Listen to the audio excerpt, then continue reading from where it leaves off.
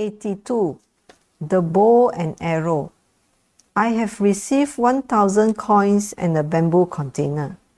It is the power of the bow that determines the flight of the arrow, the might of the dragon that controls the movement of the clouds, and the strength of the wife that guides the action of her husband. In the same way, it is your support that has enabled Toki to visit me here now.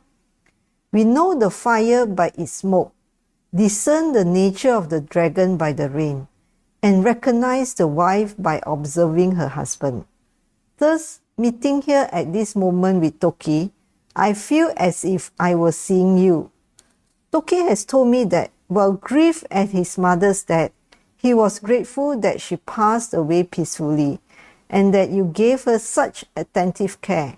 He said joyfully that he would never be able to forget this in any lifetime to come. My greatest concern now is your illness. Fully convinced that you will recover your health, you should continue moxibustion treatment for 3 years, as regularly as if you had just begun. Even those who are free from illness cannot escape the transcend of life, but you are not yet old, and because you are a votary of the Lotus Sutra, you will not meet an untimely death. Your illness is surely not due to karma, but even if it were, you could rely on the power of the Lotus Sutra to cure it. King Ajatasattu extended his life by 40 years by embracing the Lotus Sutra. Qianqian added 15 years to his life. You also are a practitioner of the Lotus Sutra, and your faith is like the waxing moon or the rising tide. Be deeply convinced then that your illness cannot possibly persist, and that your life cannot fail to be extended. Take care of yourself and do not burden your mind with grief. When sorrow arises, think of the Ikki and Tsushima and of the Daisafu office. Or think of the people of Kamakura who were enjoying the delights of the heavenly realm. But when the soldiers left for Tsukishi, their parting with their wives and children who stayed behind was like bark being ripped from a tree. They pressed their faces together and lamented while gazing into each other's eyes. Now the men gradually grow more distant, traveling through Yu Beach, Inamura, Koshigoe, Sakawa, and the Hakone Pass. And so, as one day passes and then another goes by, they march farther and farther away, and rivers, mountains, and clouds are interposed between them and their families. Tears accompany them, and grief is their companion. How sorrowful they must be! If the Mongol army should come and attack while they are thus lamenting, they will be taken prisoner, whether in the mountains or on the sea, and will suffer misery in ships or in Korea. This entirely because of the treatment people have accorded Nichiren, the votary of the Lotus Sutra, who has committed no fault, and is father and mother to all the living beings of Japan. Without reason, they revile and beat him, and parade him through the streets. Such insanity has provoked reprimands from the 10 demons' daughter, causing the present situation to arise. In addition, events that are 100,000, 10,000, million times more difficult to endure will occur in the future. You will see such mystery unfold before your eyes. There is nothing to lament when we consider that we will surely become Buddhas. Even if one were to become an emperor consort, of what use would it be?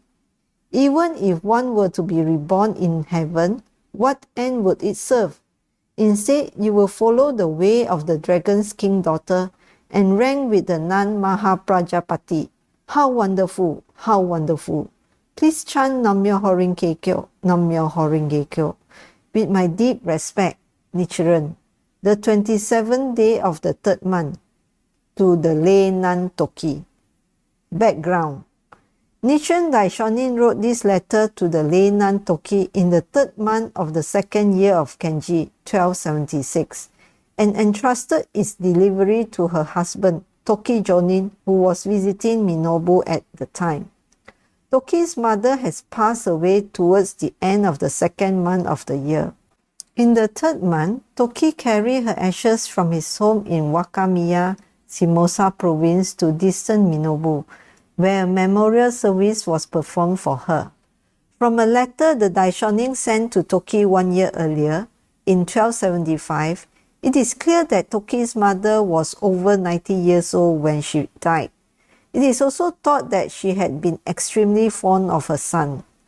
The contents of this letter suggest that the lay nun Toki did her best to support and assist her husband.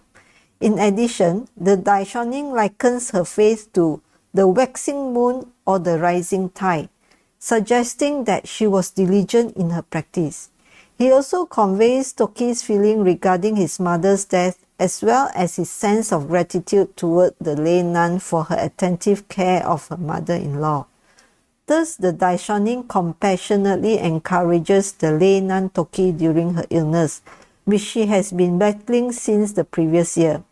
It is possible that her illness was due at least in part to the exhausting effort of caring for her mother-in-law. The Daishonin expressed concern over her health in this letter and in another letter sent to Toki Jōnin in the 11th month of 1276, in which he writes, "I think of your wife's illness as if it were my own, and am praying to heaven day and night." Although the year of the lay nun's death is not certain, one source indicates 1303, which suggests that she was indeed able to recover and live many years longer.